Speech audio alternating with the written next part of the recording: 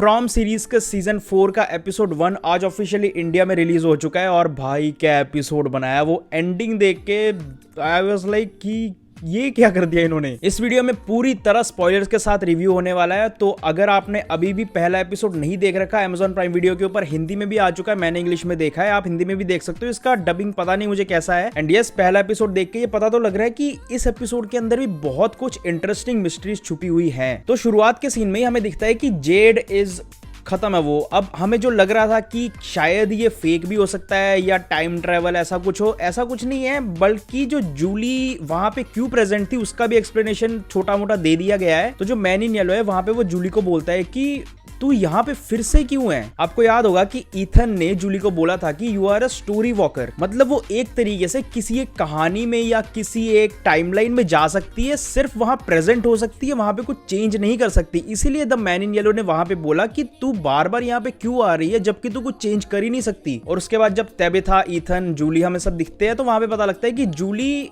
वो एक अलग टाइमलाइन में थी और अभी प्रेजेंट टाइमलाइन में है। तो आगे जो भाई ये स्टोरी वॉकर वाली चीज है, ये काफी ज्यादा दिखने में काफी ज्यादा इंटरेस्टिंग होने वाली है कि जूली किस तरीके से बार बार उस टाइमलाइन में जा रही है अपने पापा को बचाने, लेकिन वो बचा नहीं पाती। और प्रेजेंट के टाइमलाइन में जूली को कुछ भी अंदाजा नहीं है कि उसका बाप वहां जाके क्या कर रहा है, वो रात तक वापस भी नहीं आता। तो ये मोस्ट प्रोबेबली ऐसा हो सकता है कि उसी शाम या उसी दोपहर को जेड को मार दिया द मैन इन येलो ने, और उसके बाद जूली को आगे जाके फ्यूचर में पता लगेगा कि ऐसा ऐसा हुआ है और फिर वो वहां उस टाइमलाइन में जाएगी। And this story line is getting serious. ऐसी चीजें देखने में काफी ज्यादा मजा आता है यार। और फ्रॉम सीरीज के अंदर जिस तरीके के कंसेप्ट डाले गए हैं, टेबिथा और सारे वो आंकुई वाला जितना भी सारा कुछ था, और अब कहानी के अंदर स्टोरी वॉकर वाली चीज भी शुरू हो गई, तो भाई सीजन 5 तक भी ये जाएगा ऑब्वियसली। मेन जो इस एपिसोड की हाईलाइट थी वो थी जब वो गाड़ी में बाप और उसकी बेटी आते हैं, एक्चुअल में जो बाप बेटी नहीं है, और जब वो गाड़ी क्रैश होती है ना, क्रैश होने से लेके दोनों को बाहर निकालने तक जो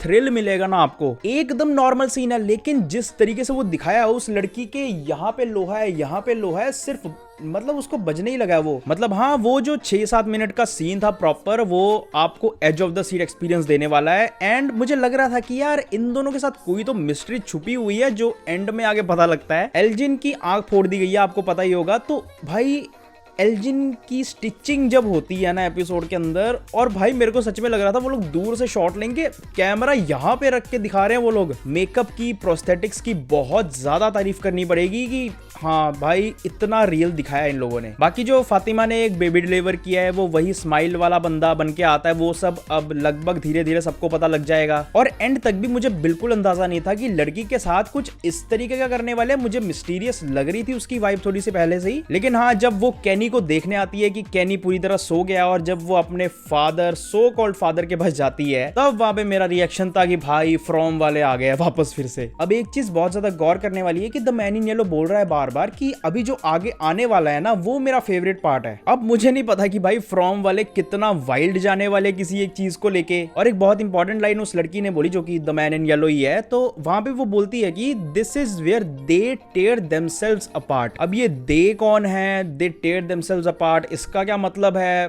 भाई बहुत कुछ आने वाला है अगले 9 एपिसोड में। और ऐसा भी क्या फेवरेट पार्ट है यार जो अभी तक हमने नहीं देखा हुआ। और ये मतलब एक तरीके से द मैन इन येलो ही अपने आप को हाइप कर रहा है, एक इस सीरीज को हाइप कर रहा है कि भाई आगे जो आने वाला है ना वो होने वाला है असली धमाका। ओवरऑल मुझे ये एपिसोड बहुत बढ़िया लगा है। जो फ्रॉम के एक्चुअल जो कल्ट क्लासिक फैंस है ना, उनके लिए बनाया गया है एपिसोड, उनको तो पसंद आने वाला है। जिस तरीके का स्टार्ट, जिस तरीके की मिस्ट्री फ्रॉम शुरू से ही देता आ रहा है, और जैसा मैं चाहता था वैसा ही मेरे को डिलीवर हुआ है प्रॉपर्ली। एंड नेक्स्ट एपिसोड शायद 1 हफ्ते बाद आएगा, या मुझे प्रॉपर डेट नहीं पता, मैं यहाँ पे मेंशन कर दूंगा। एंड एक्साइटेड तो भाई मैं हूं इसके नेक्स्ट एपिसोड के लिए, पूरे सीजन के लिए एक्साइटेड हूं, क्योंकि पहले ही एपिसोड में एक ऐसी चीज आप लोगों ने डाल दी है, एक गांव के अंदर, मतलब गांव तो नहीं है, एक छोटे से टाउन के अंदर एक ऐसा बंदा घुसा दिया तुम लोगों ने जो शो का पूरा विलन है, और ये चीज वहां एक भी इंसान को नहीं पता। तो ये जो मर्जी अपने मन से कर सकता है कुछ भी, और ये क्या करने वाला है बंदा उस लड़की के ऊपर, किसको सबसे पहले डाउट होने वाला है। और एक स्पेशल मेंशन भाई, बॉयड का एक सीन आता है, उसमें बंदे की एक्टिंग देखना आप, मैं स्पेशली इस चीज को मेंशन कर रहा हूं, जहां वो अपने बेटे के साथ रो के बात कर रहा होता है।